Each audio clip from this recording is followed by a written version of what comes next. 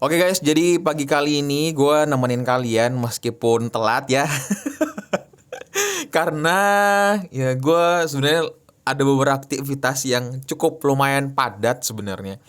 Jadi saya sorry banget buat kalian dan gue baru bisa menemani kalian di pagi hari ini. Wah, nih bang, apalagi nih yang bisa kita dapetin informasi yang cukup spesial ya, berita update pagi hari.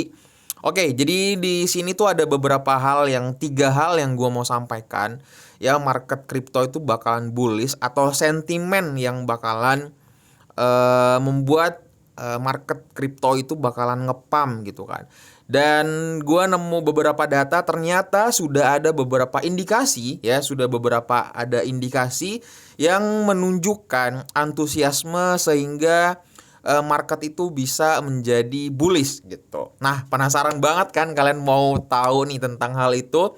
Gue bakal bahas di video kali ini, tapi sebelum itu gue terlalu jauh masuk ke materi gue. Gue mau informasiin ke kalian bahwa gue ngadain giveaway. Waduh, gue harap kalian join ya, karena gue ngadain giveaway untuk 1 juta rupiah untuk 2 orang pemenang dan masing-masing bakalan dapetin 500 ribu rupiah. Dan kalau kalian mau lebih tahu syaratnya gampang ya. Kalian tinggal subscribe channel gua, like, tinggalkan jejak di kolom komentar atau silahkan komen sebanyak-banyaknya di video gua yang rilis di bulan Juni ini. Dan pastikan kalian sudah follow Instagram gua. Semua link deskripsi media sosial gua udah cantumin di link deskripsi. Oke? Dan gue bakal undi di tanggal 30 Juni atau akhir bulan ini. Oke bang, apa nih sesuatu hal yang sangat menarik? Oke, jadi poin pertama yang gue mau sampaikan adalah ada 3 hal yang membuat market itu bisa ada sentimen bullish. Oke, yang pertama adalah adanya adopsi besar ya. Adopsi besar di sini tuh maksudnya adalah baik itu negara ataupun perusahaan besar yang menerima, misalkan nih ada satu negara, misalkan Indonesia gitu, dia menerima kita bakalan menerima market kripto dan bakalan melegalkan di Indonesia, misalkan seperti itu. Nah, itu adalah satu momen indikasi besar atau adanya adopsi besar, sehingga karena antusiasme dari negara tersebut dan memiliki power dan memiliki user yang sangat banyak, akhirnya otomatis juga ini menyebabkan ya itu adalah market bakalan bullish atau sentimen bullish seperti itu. Atau ada perusahaan besar misalkan si Tesla gitu kan, atau Apple atau produk apapun gitu kan gitu. Dan yang kedua adalah yaitu berita positif dari segi market itu sendiri. Misalkan nih ada penanganan masalah inflasi, karena kan inflasi berhubungan ketat dengan bagian keuangan atau negara gitu kan. Atau mungkin ada kebijakan baru yang lebih pro ke digital asset. Maksudnya digital asset itu ini adalah ya seperti cryptocurrency gitu kan. Karena cryptocurrency itu sudah termasuk ke lini digital asset. Itu pendapat gue secara pribadi. Cuman kalau riset kalian berbeda, silahkan tulis di kolom komentar. Dan yang ketiga adalah ketika adanya berita positif dari segi market ya. Dan yang ketiga ini sebenarnya juga menunjukkan sentimen bullish atau indikasi ya. Yaitu adalah kontribusinya juga si para whales ini join masuk ke dalam market gitu kan. Nah, karena ini berhubungan ketat, adanya adopsi besar, terus adanya berita positif dari segi market, dan adanya kontribusi dari para whales. Nah, bukan cuman sih, dan ternyata ya, dan ternyata gue menemukan satu hal, fakta yang menarik ya, fakta menarik. Oke, jadi gue buka slide-nya terlebih dahulu.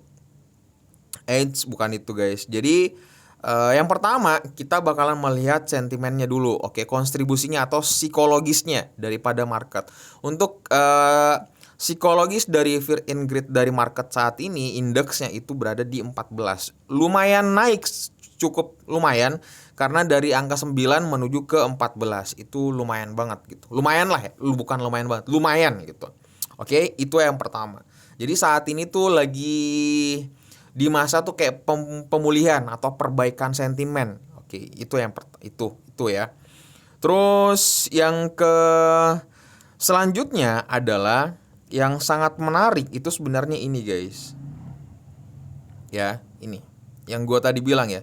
Jadi ada beberapa di negara bagian Amerika Serikat sudah mengesahkan undang-undang yang mengizinkan lembaga keuangan menawarkan layanan penitipan kripto. Nah, dan pas saat gue baca ini ya, itu kayak menurut gue kayak anjir ini wah gila sih gitu kan. Pertama ya, dengan kondisi sentimen yang kita udah bahas, ketiga hal itu yang membuat sentimen ini tuh masuk di dalam berita positif dari segi market atau ada kebijakan baru yang pro ke digital asset gitu kan. Nah, negara ini pun juga masuk ke dalam lingkungan bagian Amerika Serikat, yaitu di bagian Louisiana, Amerika Serikat. Dia mengatakan di sini mengizinkan lembaga keuangan dan perusahaan perwalian untuk menyediakan layanan penitipan kripto. Nah, ini tuh sebenarnya menurut gue adalah sesuatu sentimen yang cukup positif banget ya. Karena dunia perbankan sudah masuk ke ranah dunia perkriptoan atau dunia blockchain ya.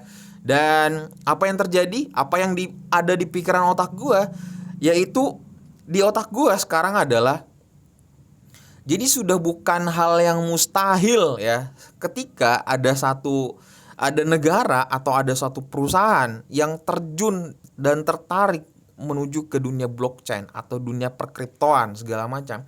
Itu tuh sebenarnya adalah indikasi bahwa ini tuh adalah tren positif ya. Oke, udah mengerti nggak nih? Paham ya? Jadi meskipun di luar sana banyak yang nge-vote bahwa ya elah apa sih itu kripto, apa sih dunia blockchain, ya pasti bakalan juga ke ambang masa atau artinya tuh kayak ya udah paling hype-hype-nya bentar doang, beberapa dekade doang gitu. Tapi dalam dunia seperti ini ya, apalagi kita udah tahu bersama bahwa dunia perbankan, apalagi CBDC ya bakalan dirilis oleh Amerika Serikat ya, Central Bank Digital Crypto ya kalau nggak salah tuh. Nah, ketika sudah rilis itu berarti CBDC, perbankan dan belum lagi adopsi besar negara gitu kan yang sudah banyak melegal tenderkan dia siap menerima cryptocurrency di negaranya, siap melegalkan kripto di negaranya. Wah, itu gila sih guys. Gila menurut gua. Ya. Oke, jadi ini hal yang positif banget ya. Dan yang kedua, gue juga menemukan suatu data yang cukup lumayan besar dan mengagetkan gue, yaitu adalah Citibank. Jadi kalau misalkan teman-teman yang nih, jadi Citibank ini dia bermitra dengan perusahaan kripto Swiss untuk mengembangkan layanan penyimpanan Bitcoin ya. Ingat ini Citibank ya. Kita udah tahu bersama Citibank segila-gilanya itu adalah perusahaan besar ya. Jadi kalau misalkan kalian searching ya, Citibank itu adalah dia bergerak di dalam dunia ya perbankan kayak jadi jasa keuangan lah, industrinya itu jasa keuangan dan sudah didirikan 16 Juni 1812 dan itu sudah lama banget guys ya. Jadi dan di sini juga kalau misalkan kalian mau lebih tahu dahsyatnya Citibank itu di lini Indonesia pun, jadi Citibank itu masuk ke area contoh bank asing yang ada di Indonesia seperti ICBC Indonesia, HSBC, dan Bank of America, Standard Chartered dan sebagainya. Gila, ini bank-bank gede loh ya guys ya, bukan bank ecek-ecek gitu kan. Dan dia di sini mengatakan bahwa ya dia bekerja sama dengan perusahaan crypto Swiss yaitu si Metaco ya. Gue juga udah riset si Metaco ini seperti apa. Ya, nih mana nih? Ya, ini dia. Jadi si Metaco ini adalah semacam apa ya? Semacam exchange atau tempat penyimpanan uang ya. Dan data yang sangat menarik di sini adalah di total ya. Jadi Citibank sudah mengelola aset lebih daripada 27.000 triliun. Gila nggak tuh? Gila guys. Ini amazing sekali. Dahsyat sih ini guys, dahsyat ya. Dan salah satu hal yang sangat menarik di sini juga adalah nih betapa besarnya daripada Citibank itu adalah dia memiliki sekitar nih pembacaan akhir paragrafnya, dia memiliki sekitar 200 juta rekening nasabah dan sudah menjalankan bisnis ini lebih dari 160 negara dan wilayah. Dan dia bakalan mengadopsi tentang dunia perkriptoan.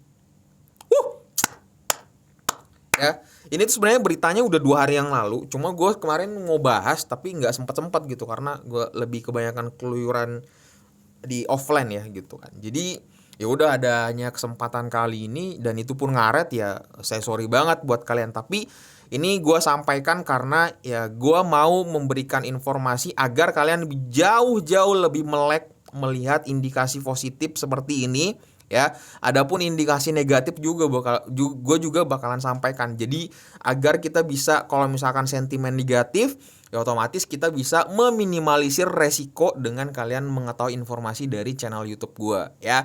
Dan adapun kalau misalkan sentimen positif ini juga bisa berdampak besar agar kalian juga lumayan cukup bisa cuan ya, ngerti ya lah ya. Oke, seperti itu. Makanya gue saranin kepada kalian, sebelum kalian close video ini, tekan tombol subscribe dan nyalakan notifikasi kalian agar kalian gak ketinggalan berita update daripada channel ini. Dan pastikan coba deh tinggalin jejak di kolom komentar apa sih pendapat kalian. Kalau misalkan sentimen positif seperti ini, apakah kira-kira bakalan bullish atau tidak ya? Karena kita udah tahu bersama bahwa saat ini posisinya sebenarnya sudah ya sebenarnya stabil. Gue kemarin udah juga pernah bahas bahwa 21.500 selama masih di situ ya berkutat bla bla segala macam. Menurut gue enjoy aja dulu. Intinya nikmatin aja, santai dulu ya. Pokoknya kalian kalau perlu pergi jalan-jalan sama pacar kalian, staycation atau keluarga kalian atau ya minimal nongkrong lah gitu kan. Intinya menghilangkan penat gitu ya, biar kalian juga nggak terlalu drop. Karena ya jujur ini gue bisa nebak dan bisa tahu, dan ini sudah hal fakta bahwa portofolio kalian minus. Ngaku nggak lu? Ngaku.